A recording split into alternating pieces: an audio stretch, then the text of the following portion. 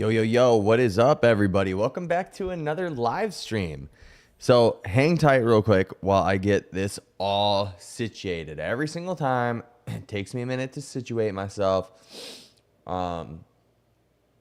because I still don't really understand it. You know, live streaming's tough, man. It's a tough biz. You guys are a tough crowd, too. Not really. I'm just joshing.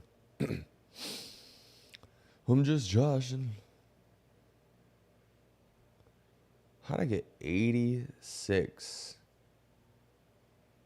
views on the live stream from last night? That's crazy. That's absolutely bonkers. It's bonkers. All right, so tonight we are going to talk about POTS syndrome, managing your symptoms with fitness, dude. Because I feel like for a lot of people with POTS, are they managing their symptoms with fitness? Not really. Maybe we should talk more about why the CHOPS protocol sucks. And the other one, I forget what the two main fitness programs are for POTS. It's CHOPS protocol and then something else. If somebody's in the chat, please put the name up and check this out. I got this candle. It's really strong. It's sage, so we're finna blow it down right now. Put it on. Sage.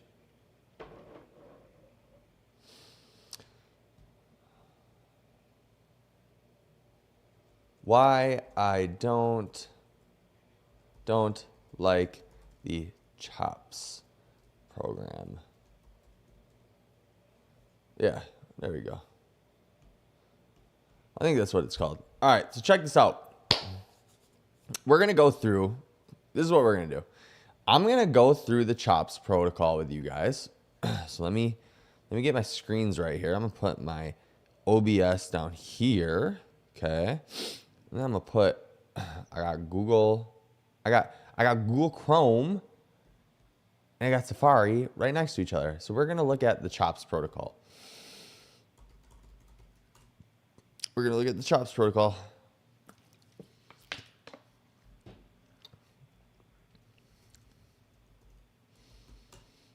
Okay.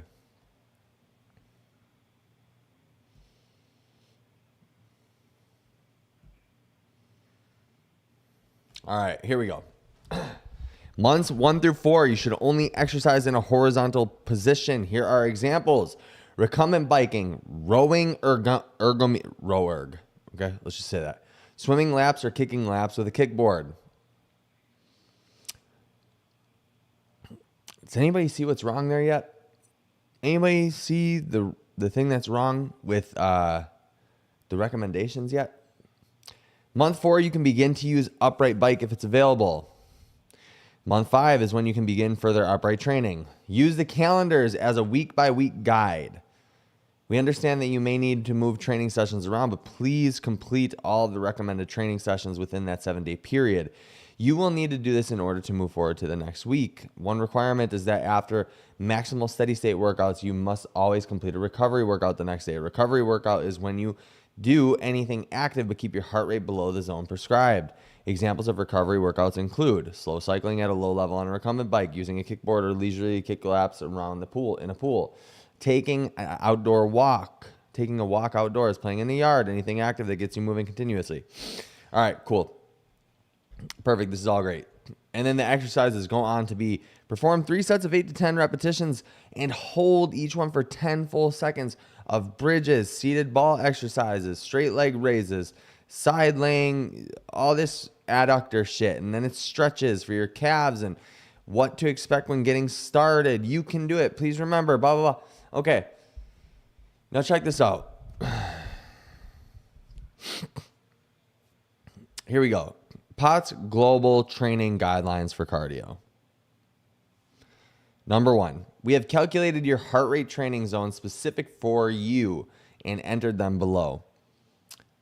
Use these zones as indicated with the POTS monthly workout calendars and the instructions for POTS training that we have provided. The specific heart rate zones have been individually prescribed for you based on your age. The workout zones are defined below. The heart rate zones below are for off beta blockers only. Do we see anything there yet? So training zone, base pace, BP, beats per minute. I'm assuming that this is somebody's thing. Okay. One thing that I do like about the program so far is that it's RPE. There is RPE, expected RPE, rate of perceived exertion. But then there are, these steady state zones, which seem to be very high for anybody. Maximal steady state, MSS, 165, race pace, 170 to 185. That seems pretty legit. Base pace is 125 to 145, which for most people, I would say that that's probably actually around their zone 2 cardio. So anyway, we're going to go through month 1 right now. Why I think that it's not maybe that great. Training mode 1, it's their Monday. 5 to 10 minute warm up, 3 minute base pace, 2 minute recovery, 3 minute base pace, 5 to 10 minute cool down. Strength training is the next day on Tuesday. Wednesday, training mode 1, 5 to 10 minute warm up, 3 minute base pace, 2 minute recovery, 3 minute base pace. Strength training on Thursday. Friday, training mode, 5 to 10 minute warm up, 3 minute base pace. So essentially for the first month, what you're doing is you're adding a minute of cardio every single week, and you're repeating that session on 3 different sessions. And then on your Tuesday and Thursday, or your second and fourth day, you're doing strength training, otherwise calisthenics or some sort of resistance training. And while this all seems like fine and dandy, and this is like how general strength and conditioning programs are actually created, right? When they're made for general population and the general people, right? When you're making a program for people in general, this type of stuff does work. However, it becomes an issue when you have somebody with POTS. What are the main manifestations of people with POTS? The main manifestations are higher heart rate, high to low blood pressure. They have presyncope. They have dizziness. There's so many different factors that come into play that this is the specific reason why I don't like the CHOPS protocol and the other one. I forget what it is, but one of my clients started on the other one before she came and saw me, and then we started moving away from both of these programs. The thing that these programs are missing so much of is the individualization. And I know for a lot of people, they're going to be like, you're just a coach trying to sell your fucking coaching, blah, blah, blah. Shut the fuck up. That's not what it is. I just genuinely think if you have a base level knowledge of exercise science, you can do this on your own. The reason why people hire someone like me is because I can look at it from an objective perspective, and I'm not somebody that's going to baby you. I fancy myself more so an accountability coach. Do I know how to program and make exercise routines and things of that nature? Yeah, and I'm very good at it. And I'm really good at it with people with POTS too. Talk to any of my clients. So here's the thing. It's not individualized, and the reason why that's so important, especially with people with POTS, because of the symptoms that I listed before, is this. I've had this talk with a few people with POTS, is that one person's zone. So like, let's say that we somehow get 2 people with POTS that have the same manifestation of symptoms in the same room. Let's say they both have the same symptoms, everything like that. Okay.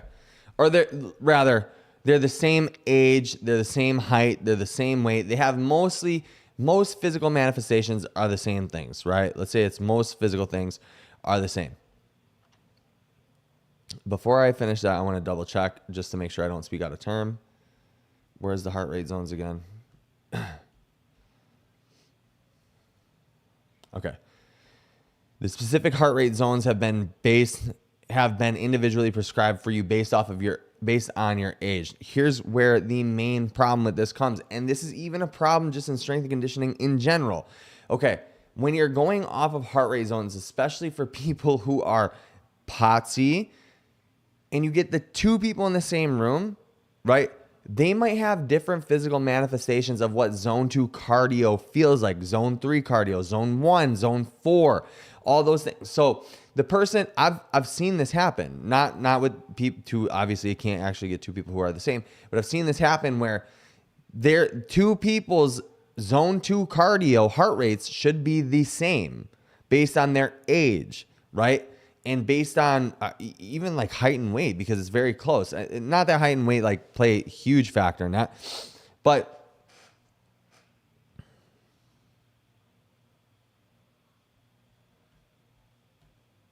hey, Erica, what's up? Let me just finish this. Let me finish this thought, and then I'll get to it. So their heart rate zones could technically be the same for where they need to be in zone 2. However, one person could be more anaerobic, and the next person it could be super aerobic, and the difference there could be the lack thereof or the non-lack thereof conditioning, and how conditioned one person is compared to the other. Because whether we would like to believe it or not, some POTS people are actually far more conditioned than the others. It's not all the same, right? So these recommendations only go so far.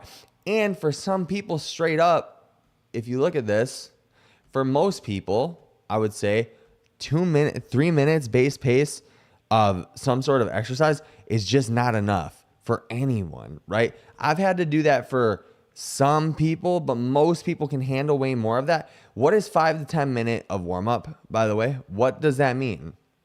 Do we know? Let me see.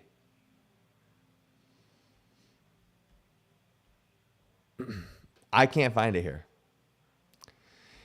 And so the biggest problem that I have with them, with the CHOPS protocol and the other protocols, is simply that the heart rate zones don't really matter.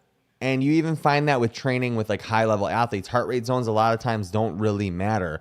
It's how does it actually feel, right? So like the RP, that's great.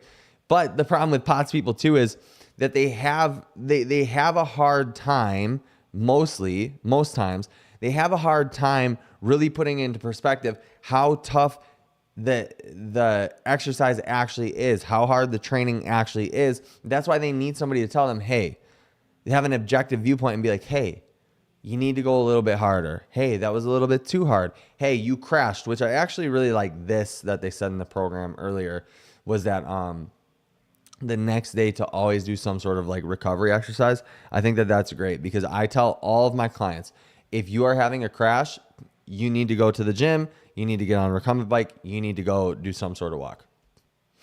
Something, you need to get movement in.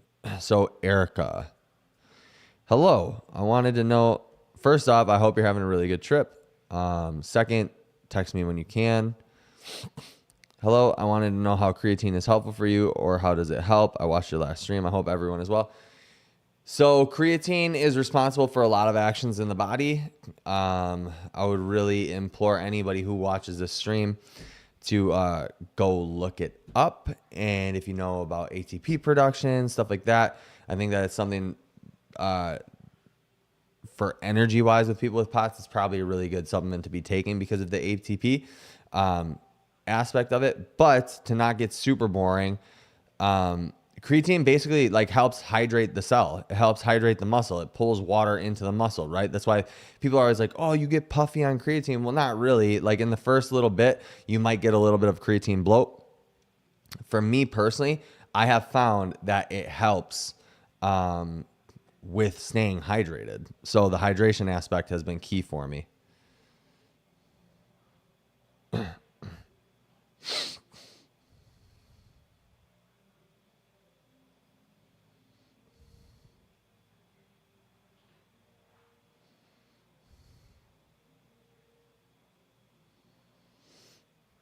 So yeah, that is why I like creatine. So let's look at, and then also the strength training thing. The strength training, it's great because I think that, so we're back on the CHOPS protocol, by the way.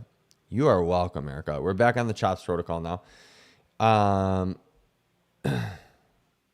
The strength training is great. However, it's very, very like, it's not challenging. I'm just gonna say it straight up. It's not challenging at all. And people with POTS, this is the other thing that I just don't like about the CHOPS protocol.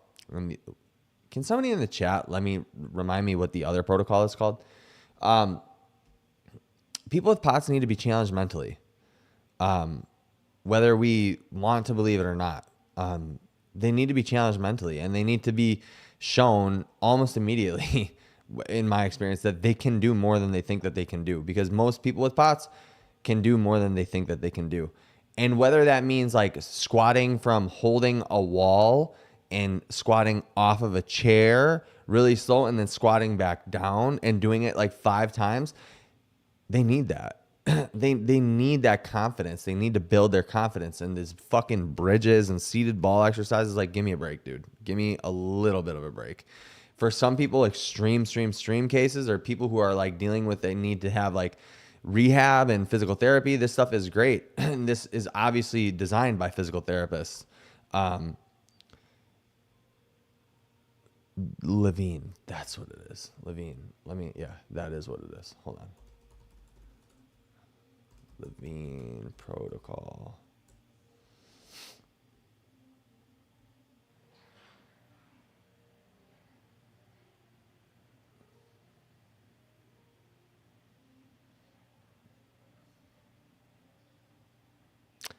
My cold plunge just went crazy. That was weird. Levine protocol.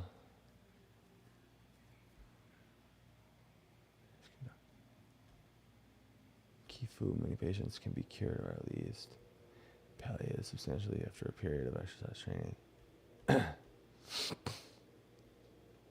Yeah, I think this is it. Yeah. I think that's right. Thanks, Erica. Thank you. And also, that wasn't to be like a dig at physical therapists. Obviously, I mean, one of my really, really good friends is a physical therapist, and I think that he is like one of the smartest dudes that I know. So, I don't really remember where I was at.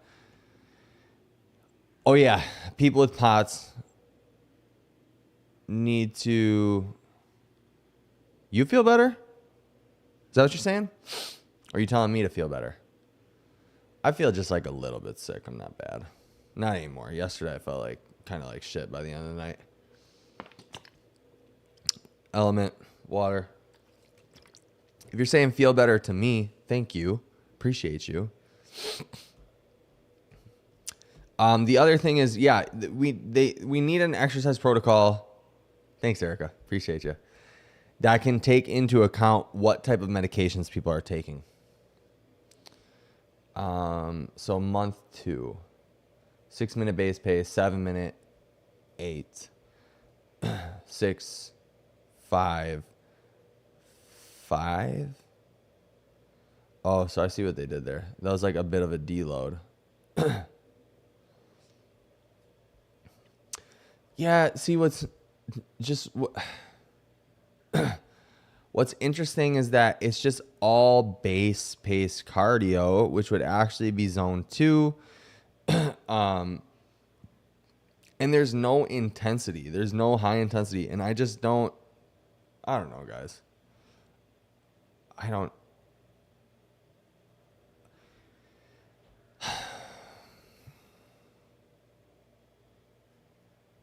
know how to put this into words that I'm trying to like express, right? It's like,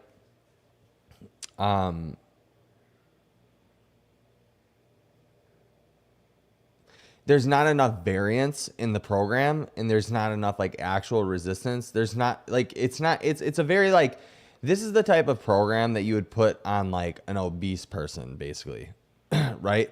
Like somebody like morbidly obese, somebody who does not have any exercise at all. You don't really have to take into consideration like a bunch of things, be it, medications and like blood pressure spiking and heart rate going crazy, stuff like that. And you're just trying to get them to like just get movement in. And with POTS, it is that you're just trying to get people to get movement in, but you also want to train the different heart rate zones in like a productive, progressive, intentional manner, right? So like this it's almost seems like wasted time to me unless the person is like incredibly sick, which more times than not, I hate to say it, it's something I think that a lot of people have to accept though with POTS. They're not like incredibly sick. Most people, there is that like small percentage of people that are incredibly sick and do have like pretty bad issues, but for the most part, most people do not. And this, to me, it seems like it's prolonging the process. And I know that they have to be safe, and they have to be, they have to be safe, and they have to write general recommendations for people. I understand that. But yeah, it just, you know how they say too much, fuck, what's the saying? Maybe I am still sick. Like, start with a little, because if you start with too much, you can't go back, that type of thing. For me, this is like way too little. I've only had to like work somebody in like this. I don't know. Also, there's no test period. It's like, how can you make these recommendations on people based off of like no data, right? And again, I know it has to be generalized. I know it has to be for the masses, stuff like that. But like, this is why I think that it's so screwed up, is because there's no data, like no data to support any of this, right? When I take on clients, I always ask for data. I'm always having them do like a testing period, like whether it be 1 day, 2 days, or like that's where having the interaction comes in too. Like, I'm able to talk to them and say, hey, and get their experience throughout life, understand their personality.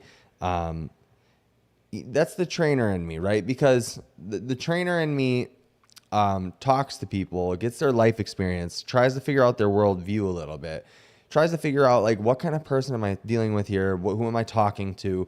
Can they handle certain things? What kind of adversity have they seen? All those different things to like kind of put together an exercise program, not just based on like their physical capabilities, but also their mental capabilities, right? And that's something that this is really missing. Like, you can't really design a proper protocol for somebody if you don't know anything about them data-wise. You know nothing about their prior history of athletics, which for me, in my experience, people with POTS, if they have a prior history of athletics, you can push them a little bit faster and a little bit quicker and harder sooner. And people that don't have an athletic background, if you talk to them and you find out their history throughout life, and you ask for metrics based on like, how my one of my favorite tests to do is a treadmill test, right? Or a walk test. And I'm able to like pretty much like pinpoint who, if you didn't have an athletic background, you should have had one. I'm able to pretty much pinpoint that, and then be like, okay, these are the progressions I'm going to run with this person, because they're actually way more conditioned than they think. I think this is more mental than it is physical. So the mental aspect of this is something that needs to be taken into account. And I think that the reason why a lot of people don't succeed on the CHOPS and Levine protocol, and they come to me, is because of things like this. It's not individualized. There's not a lot of stuff in their history taken into account, all that. And by the way, for anybody that did watch yesterday's stream and saw that I was sick, I went and did a cold plunge in like 40-degree water in my backyard. We have the 2 ice barrels, and I could not stop shaking in that water because I was sick. But I think that it just kicked the sick right out of me, because I feel great now.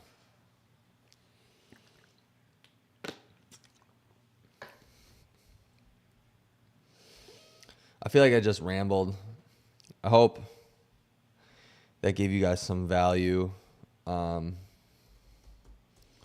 looks like there's a few people watching right now. Ask me some questions, y'all. Ask me some questions.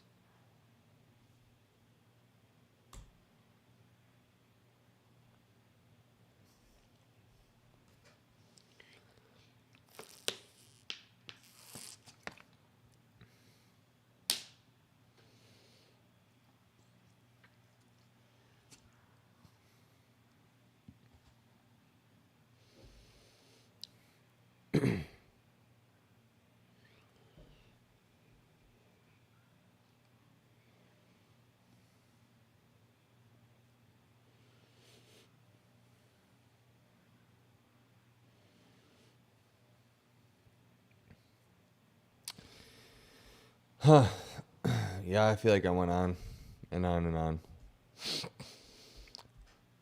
I guess one of the things too that I'd be hesitant with the CHOPS protocol and stuff is that like most people just don't understand how to make progressions. You know.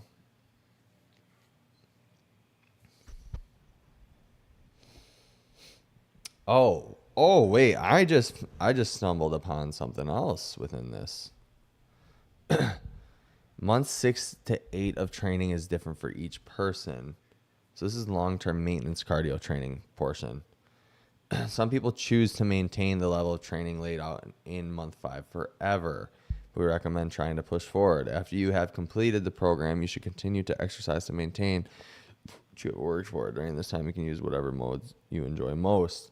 High intensity interval training is a fancy name for training that begins in calendar month 6. It has been shown to provide great benefits to the heart and lungs response to exercise for healthy individuals in several patient populations. We have found it to be beneficial for POTS when it is introduced at a time when they are ready for it and responding well to their training. Here is an example of this training.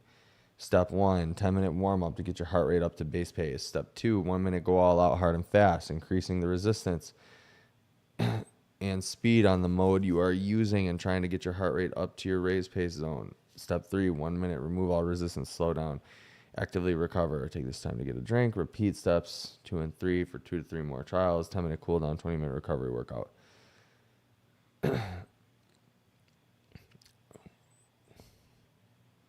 That was fucking stupid.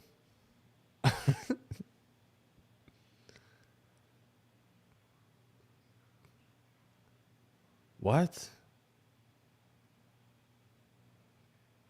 So you get 3 essentially of high intensity intervals. You get 2 or 3 minutes of training in that heart rate zone. What kind of adaptation are you trying to accomplish? Even for somebody with POTS, I mean, what kind of adaptation would come from that? That was fucking stupid. That was stupid. I'm not even going to lie about that. That was really stupid.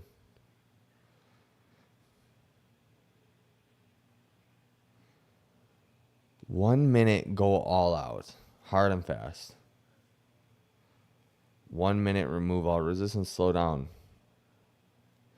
Like, that would be fine. That would be totally fine. That is fine. You know, high intensity intervals. That is technically a high intensity interval. But 3 minutes would cause like 0 adaptations. That would like do nothing. Not even to a POTS patient, that would do nothing. And all out, what does that mean too? You know, I don't know. I really don't like these, like, again, I understand it's supposed to be for the population, general population. People are supposed to just look at this and take it for what it is. But I don't like things like this suck because when people look at this, they're trusting, you know, it's made by the experts. Yes, I just picked my nose. It's made by the experts. So it's gotta work. And then when they do it and it doesn't work, like a bunch of people that I've had come to me, they're like, what the fuck? The experts wrote it. It should work. And I'm like, yeah, but you know, the adaptation, you know, like this would cause an adaptation for like a whole day, you know, 2 days, whatever. And then you'd have to figure out how to progress this on your own. And most people are not going to know how to do that. And what modalities do you use to do that?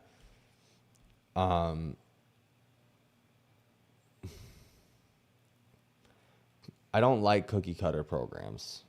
I never have. I don't like when people like go and buy an influencer's program, you know, because it may work for 50 people, but for that one person it doesn't work for, they're going to feel ripped off. Imagine spending 6 to 8 months on a program and it doesn't work for you. That's 6 to 8 months that just you can't get back.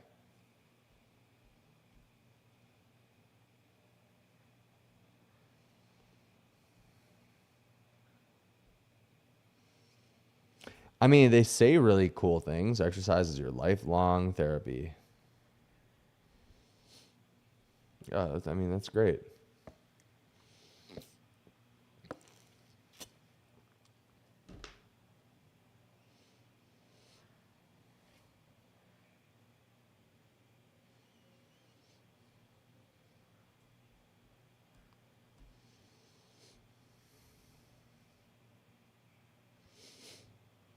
Yeah, I don't know. Not for me. Not for me. You guys ask me questions if you're up in the chat. Ask me some questions. That's what we're going to do now. I got to answer this text message, but I will be reading the chat right after.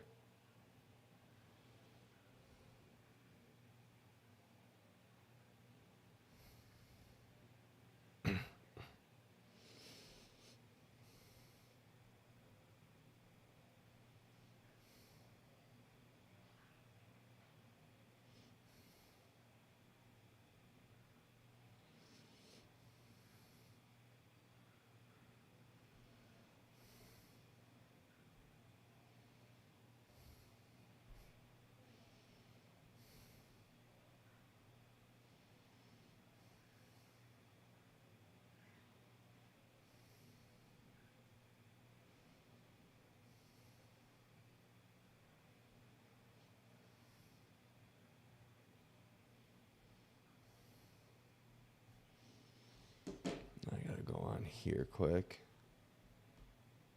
Gosh, I have so many things open. Ask questions, y'all. Ask questions.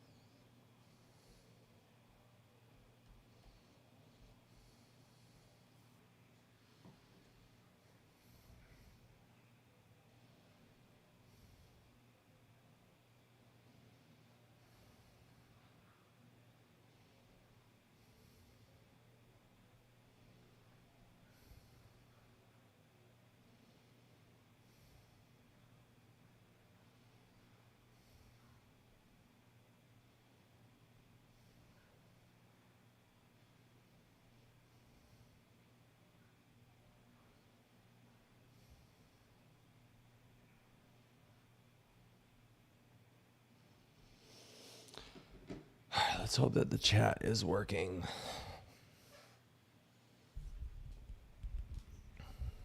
Yesterday, I'm not sure if you guys know, chat was not working.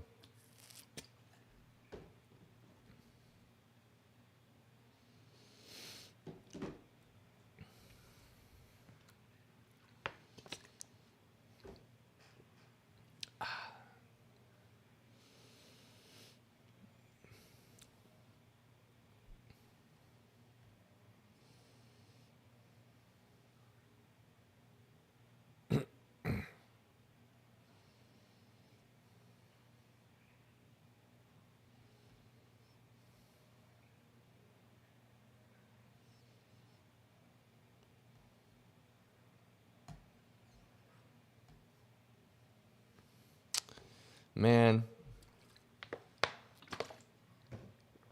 I'm thirsty.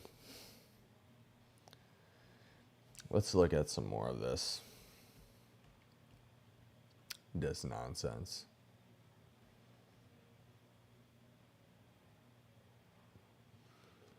5x2 minute intervals.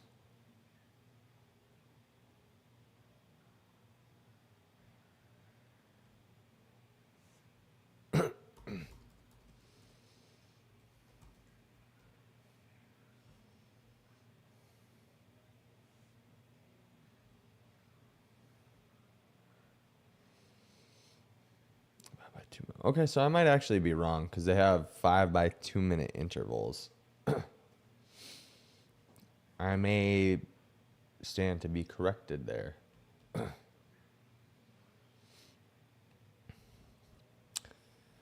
Couple things. It seems to be that this is all mostly cardio, and there's always only 2 resistance training days. Resistance training is obviously super important. You should probably have more resistance training. Cardio is definitely good, but once you get to a good spot, you should probably hit maintenance level cardio and then start with more resistance training.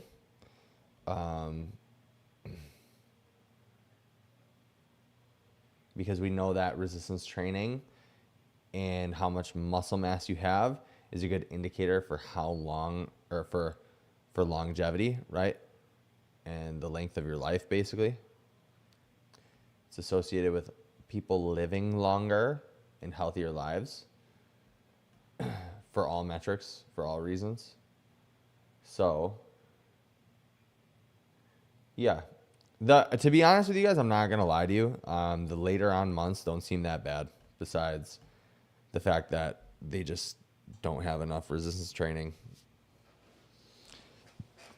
Erica, why do you think they start with supine exercises? I'm assuming that's what EX means. Because a lot of people have like orthostatic hypotension and hypertension, stuff like that. That's what I would guess. Because going from sitting to standing, laying to standing, they probably get really symptomatic, so they just rather play it safe. That type of thing. It is my thought, and I don't know, I think you know this, but for the people who may watch this later on or don't or are watching it now, it's my thought that if you want to make an adaptation to something quicker and quickly, and you want to get used to something, you need to do the thing. So if you're like, this all sounds sexy, right? And like they could give you a progression and tell you like in a month you'll be ready to sit up in a recumbent bike or whatever, but you won't know if you're ready to do it until you do it. And then what happens if you're not ready to do it? That's a big portion of why POTS is very mental, and why people need, like, the people treating people with POTS or training people with POTS need to take into consideration the mental aspect too, because sometimes you just need to tell the person, week 2, stand up and do it 700 times. So yeah, I'm not opposed to laying down exercises either, by the way. I like leg curls and hip thrusts and T's and Y's, laying on a bench, that type of stuff. But obviously all purposefully put into a program, not just because you want the person to be laying down.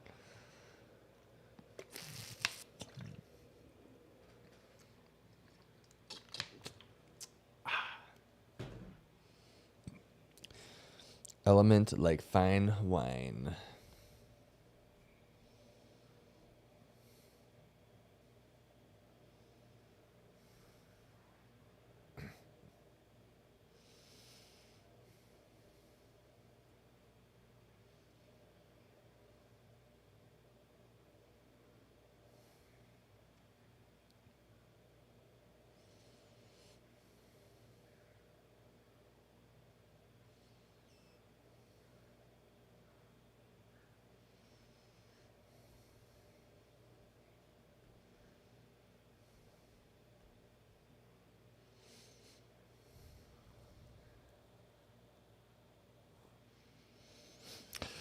Thanks, Erica.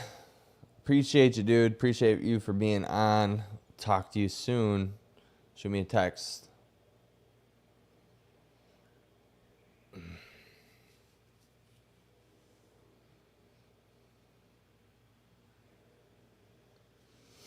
When you like have a hair tie and then it separates your hair like that and makes you look partially bald, I dislike that. I don't like that because my hair like bunches up back here.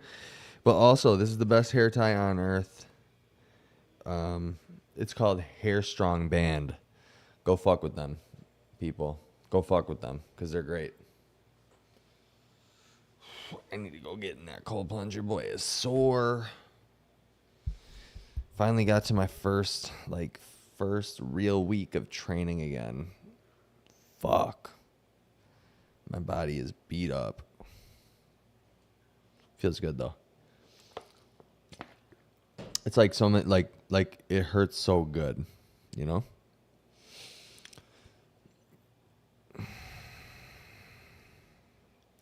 got 10,623 steps today. What'd you guys get?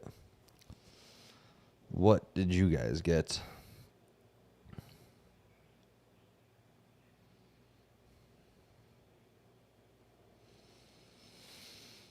If you guys have an Instagram, go follow me on Insta. JQ Fit Life.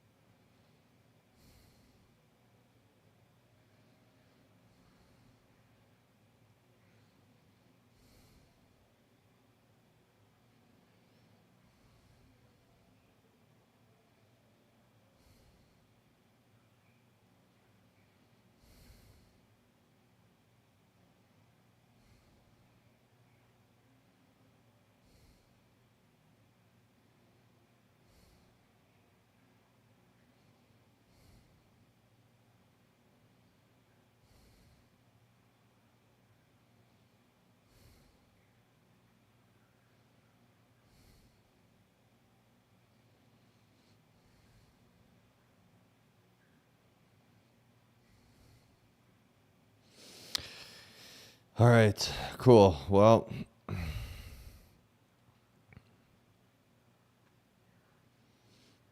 think that's just about where we end this.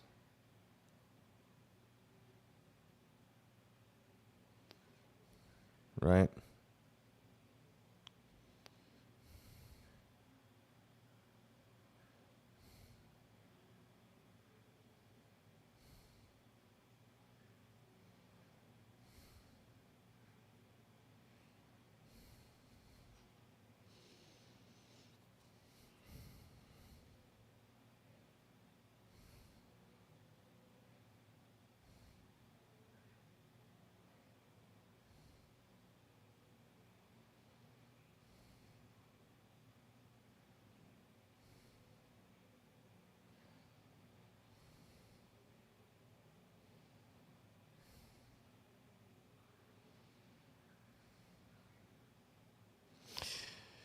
Yep. I think that's where I'm going to end this stream. I think we're all done now.